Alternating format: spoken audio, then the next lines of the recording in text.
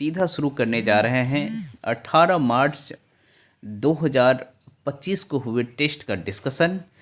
आप हिंदी साहित्य के छात्र हैं तो ज़रूर इसे देखिए। यदि आप अन्य किसी विषय से भी एग्ज़ाम दे रहे हैं बीपीएससी टीआरई 4, तो आप इसे देख सकते हैं 15 क्वेश्चन तक।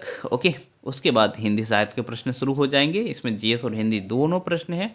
ओके, इसरो के अध्यक्ष द्वारा कहाँ थर्मल रिसर्च सेंटर का शुभारंभ किया गया? तो इसका सही उत्तर होगा आईआईटी मद्रास। ओके, ये करेंट अफेयर का पार्ट है। इसरो द्वारा 2015 से 24 के बीच 34 देशों के कुल 393 उपग्रह का सफल प्रक्षेपण किया गया। इसके माध्यम से इसरो ने कुल कितनी कमाई की? तो इसका सही उत्तर होगा $143 मिलियन। ओके, बहुत बड़ा रकम होता है और आप 34 देश के 393 उपग्रह याद रख सकते हैं। जेमा 3 एआई किसके द्वारा लॉन्च किया गया? ओके, तो जेमा 3 एआई गूगल के द्वारा लॉन्च किया गया है। जैसे जेमनी गूगल का एआई है, वैसे ही जेमा भी गूगल का ही है। ओके, तो याद रखेंगे इसे आप। इसकी खासियत ये है कि ये टेक्स्ट के साथ साथ विजुअली भी इंटरेक्ट कर सकता है आपको, लेकिन आउटपुट देगा टेक्स्ट के माध्यम से ही। इनपुट विजुअली भी ले सकता है। हाल में ही सैयद आबिद अली का निधन हो गया। इसका संबंध किस क्षेत्र से है? मतलब या था। ओके, तो सैयद आबिद अली जो थे वो भारतीय क्रिकेटर थे और ऑलराउंडर थे। ओके, और इनका निधन जो है अमेरिका में हुआ है। एएसके द्वारा, और बहुत मज़ेदार क्वेश्चन है, एएसके द्वारा एयरपोर्ट की किस एयरपोर्ट को 7वीं बार एशिया का सर्वश्रेष्ठ एयरपोर्ट घोषित किया गया? तो हमारे ये इंडिया का ही है, दिल्ली में एजिया एयरपोर्ट। ओके, बाकी क्वेश्चन दुबई इंटरनेशनल एयरपोर्ट या युआंग एयरपोर्ट, ये सब आंसर नहीं होगा। आप कभी कभी इंडिया पे भी टिक कर लिया करिए। बाकी 30 और 14% जो छात्रों ने लगाया है दूसरा। ओके, तो आप लोग पढ़ के आइए। और मैंने करंट अफेयर का वीडियो बना दिया था, उसमें ये दिया गया था। बीच में, चूँकि ये वीडियो फ़ोन से रिकॉर्ड किया जा रहा है, तो बीच में किसी का भी कॉल आएगा तो आप इग्नोर करेंगे, मैं कट करूँगा। ओके, किसी का भी आ सकता है। ओके, किसी भी रूप में आ सकता है, सब कट होगा। किस एनबीएफसी द्वारा अपनी शाखाओं का नाम शक्ति रखा गया, जिसे सिर्फ महिलाओं द्वारा संचालित किया जाएगा? तो ये भी करंट अफेयर का पार्ट है। तो IIFL फिनेंस जो है उसके द्वारा ऐसा किया गया है। कोटक महिंद्रा और एयरटेल नहीं याद रखेंगे आप। ओके, एक परीक्षा में 2 पेपर हैं, जिसे पास करने के लिए कुल मिलाकर 36% अंक चाहिए। शीला को पहले पेपर में 30% अंक मिले। परीक्षा पास होने के लिए उससे दूसरे पेपर में कितने प्रतिशत अंकों की जरूरत है? वास्तविक बात यह है ना, ये प्रश्न प्रतिशत का था ही नहीं, ये प्रश्न था एवरेज का। उसे 36% अंक चाहिए दोनों पेपर मिला करके। तो इसका मतलब ये हुआ कि दोनों पेपर में 36 अंक चाहिए। एक तरह से आप ये भी मान सकते हैं कुल मिला के 72 अंक चाहिए। ओके, तो आप देखिए एक पेपर में वो 30 अंक ले आई है या 30% अंक ले आई है, तो 72 पूरा करने के लिए 40 प्लस 2 मतलब 42 हो जाएगा, है ना? तो 72 हो जाएगा। 40 से 70, 2 72, तो 42% इसका उत्तर हो जाएगा। एक आदमी 550 में घड़ी खरीदा, 10% लाभ चाहिए तो कितने में उसे बेचना चाहिए? इस प्रश्न को देखिए कैसे करेंगे। 550, 10% का मतलब 1/10। ओके, लाभ चाहिए तो 11/10 हो जाएगा, तो इसको 11/10 से मल्टीप्लाई कर दीजिए, है ना? 10 से 10 का ख़त्म, और 11 को 55 से मल्टीप्लाई करेंगे तो 605 आ जाएगा। ओके, इसको आप देख लेंगे। चलिए आगे बढ़ते हैं। ये राजेंद्र प्रसाद द्वारा किसे पाकिस्तान का जन्मदाता कहा गया? तो जो पार्लियामेंट सुधार में वाले मिंटो थे उसको ही कहा गया है। मोहम्मद अली जिन्ना या फिर लियाकत अली, आप नहीं याद रखेंगे। और ये बीपीएससी द्वारा पूछा गया प्रश्न है। ओके, 1911 ईस्वी में बिहार को बंगाल से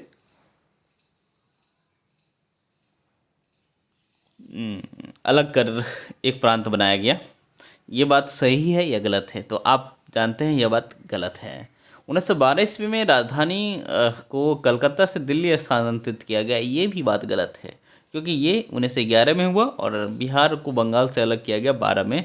ओके, अब डेट बता दीजिए, बिहार को बंगाल से किस तारीख को अलग किया गया? और हम आगे 1-2 दिन में हम उस डेट को सेलिब्रेट करने वाले हैं, तो आप थोड़ा सा दिमाग लगाइए। ओके, तो इसका दोनों उत्तर गलत हो जाएगा, दोनों कथन गलत है, तो ये उत्तर आप सही करेंगे। ओके। हिंदुस्तान तो सोशलिस्ट रिपब्लिक एसोसिएशन के संस्थापक सदस्यों में एक थे, भगत सिंह थे ना। कहाँ स्थापित किया गया? तो आपको पता है कि फिरोजा कोटला में। और कब स्थापित किया गया है? तो मुझे जहाँ तक याद है 1928। क्या मैं सही हूँ? तो आप नीचे बताएंगे हाँ आप सही हैं, यदि गलत हैं तो सही उत्तर आप बताइएगा। काकोरी कांड में किसे फांसी दी गई? रामप्रसाद बिस्मिल को दी गई, अशफाकुल्ला खां को दी गई, बिल्कुल राजेंद्र लाहिड़ी को भी दी गई। तो इस तरह से उपयुक्त में से एक से अधिक हो जाएगा। ओके, आप लोग जो लोग सिर्फ राम प्रसाद बिस्मिल का नाम लगाए हैं, मतलब लिखे हैं, तो आपसे निवेदन है कि आप लोग थोड़ा डीप में जाकर पढ़ें। ओके, वरना आप एग्ज़ाम में भी गलत करके आएंगे। घर्षण बल गति की दिशा में लगता है, ये बात गलत है। घर्षण बल गति के अपोजिट लगता है। घर्षण केवल हानिकारक होता है, ऐसी बात नहीं है। घर्षण लाभदायक भी होता है, क्योंकि घर्षण की वजह से आप चल पाते हैं, घर्षण की वजह से आप सब्जी काट पाते हैं, घर्षण की वजह से और कुछ कर पाते हैं, बहुत कुछ कर पाते हैं। तो घर्षण हानिकारक नहीं, लाभदायक भी है, केवल हानिकारक नहीं, लाभदायक भी है। तो आप देखेंगे कि दोनों स्टेटमेंट गलत हो जा रहा है ना। तो जब दोनों स्टेटमेंट गलत हो जाएगा तो आप उत्तर करेंगे सी, दोनों कथन गलत है। निम्नलिखित में किसका प्रयोग संज्ञा के रूप में नहीं कर सकते हैं? तो जिसने भी ग्रेफाइट लगाया है, इसका मतलब वो सिलेबस नहीं पढ़े थे। आपको मैंने कहा था घर्षण चैप्टर पढ़ के आइएगा, तो उस सिलेबस में से आपको मिलेगा। ओके, तो यहाँ घर्षण चैप्टर से ही प्रश्न है। तो ग्रेफाइट का भी यूज संज्ञा के रूप में होता है, ग्रीज और तेल का तो होता ही है, तो सभी का होता है और आपसे नहीं पूछा जा रहा था। उपयुक्त में से कोई नहीं उत्तर हो जाएगा। तरल द्वारा लगाए गए घर्षण बल को क्या कहते हैं? घर्षण कहते हैं, कर्षण कहते हैं, तर्षण कहते हैं। वास्तव में कर्षण कहते हैं, ये भी आपको बताया गया है।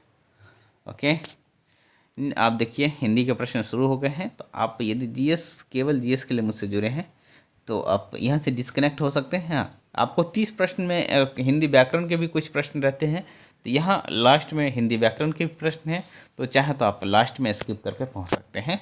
ओके, कुआनो नदी, अंधायुग, कनुप्रिया और गीत फरोश में कितनी रचना सर्वेश्वर दयाल सक्सेना की है? तो आपको पता है कि सर्वेश्वर दयाल सक्सेना की सिर्फ और सिर्फ एक रचना इसमें है, कुआनो नदी। फिर अंधायुग किसका है? जल्दी से बताइए। धर्मवीर भारती। कनुप्रिया किसका है? धर्मवीर भारती। गीत फरोश किसका है? जी हाँ हजूर, मैं गीत बेचता हूँ, तरह तरह के गीत बेचता हूँ। चलिए, अभी मैं इतना बता दिया हूँ, तो आपका फर्ज बनता है कि गीत फरोश के रचनाकार के बारे में आप मुझे ज़रूर बताएंगे। तो नीचे कमेंट में लिखिएगा। संशय की एक रात किस कवि की कविता है? अच्छा सॉरी, संशय की एक रात जिस कवि की कविता है वे किस शतक के कवि हैं? तो नरेश मेहता की कविता है, और नरेश मेहता जो है दूसरे शतक के कवि हैं, और मैंने बहुत मज़ेदार तरीके से 4 शतक के कवियों को रटवाया है आप लोगों को। तो जो हमारे प्रीमियम के साथी हैं वो जानते होंगे। ओके, यदि आप प्रीमियम के हिस्सा नहीं बने हैं तो आप प्रीमियम का हिस्सा मात्र यदि आज जुड़ेंगे तो 1100 में बन जाएंगे, कल जुड़ेंगे तो 1500 देना पड़ेगा। इससे बेहतर है कि आज जुड़ जाइएगा। शमशेर मुर्श के कवि हैं, विजन के नहीं। शमशेर के विषय में यह कथन किसका है? ये क्या डिसलाइक किया है लोगों ने? क्या चल रहा है? ये मलियज की रचना, मलियज की बात है, तो इस ये तो इवन बीपीएससी टीआरई 3 में आया हुआ प्रश्न है, तो डिसलाइक क्यों किए हैं लोग? ये 2 में, ये कहीं तो आया है 2 या 3 में।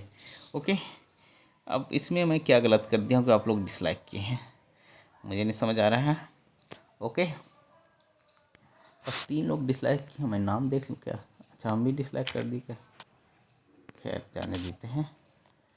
इसमें डिसलाइक करने वालों का चलिए क्या ही करना है, ऐसा तो नहीं है। अब चलिए आगे बढ़ते हैं। शमशेर के विषय में सत्य कथन चुने। ओके, शमशेर के विषय में सत्य कथन चुनना है। अज्ञे ने शमशेर को कवियों का कवि कहा है। काल तुमसे होर है मेरी उनकी प्रसिद्ध कविता है। ये दूसरे सप्तक के कवि हैं, ये भी बात पता है आपको।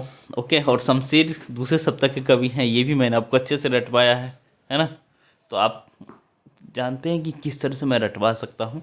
तो उपर्युक्त में से एक से अधिक आप याद रखिएगा, क्योंकि सभी के सभी स्टेटमेंट सही है।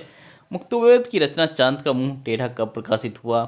जब नेहरू जी की मृत्यु हुई है, तो पहले देखिए हम ऐसा कर रहे हैं कि आपको पता होना चाहिए 1964 में जो है उनकी मृत्यु हुई थी, और साथ ही साथ चांद के मुख टेढ़ा भी उसी समय प्रकाशित हुआ था। ओके, इस वजह से आप इस तरीके से आप याद रख सकते हैं। तो जिसने भी दिल भेजा है उसका बहुत शुक्रिया। ओके, और लाइक किया है उनका भी शुक्रिया। ओके, अब जिसका भी अभी मैसेज आ रहा है इग्नोर करिए। ओके, तो मुक्तिबोध की रचना चांद का मुंह टेढ़ा कब प्रकाशित हुआ है? 1964 में, और उसी वर्ष नेहरू की भी मृत्यु हुई थी। तो ऑप्शन मैंने इस तरह से बना लिया था। तो जिस वर्ष राष्ट्रीय आपातकाल लगा था, नहीं, 1975 में लगा था। जिस वर्ष ताज सप्तक प्रकाशित हुआ था, तो ये भी गलत बात है। तो एक चीज़ देखिए कि मैंने आपको इस तरह से ऑप्शन डिजाइन करके दिया है कि आपको एक ही क्वेश्चन में 4-5 बात पता होना चाहिए, तो ही आप सॉल्व कर पाएंगे, है ना।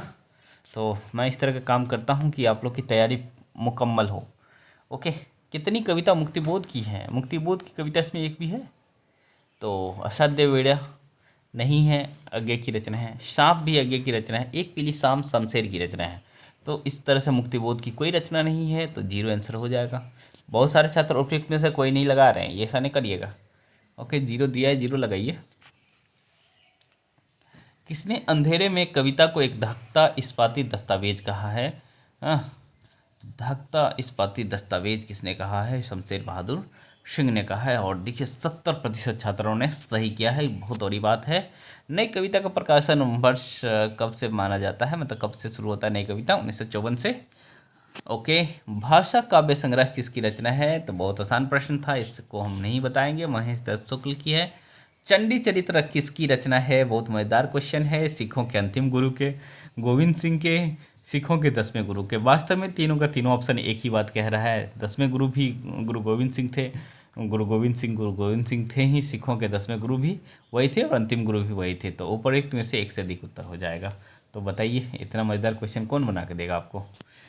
निम्न में कितने स्त्रीलिंग है? तो हमको भूख लग रही थी तो मैंने बना दिया था दही, कचौरी, भात और रोटी। दही और भात जो है वो पुल्लिंग है, लेकिन कचौरी और रोटी स्त्रीलिंग।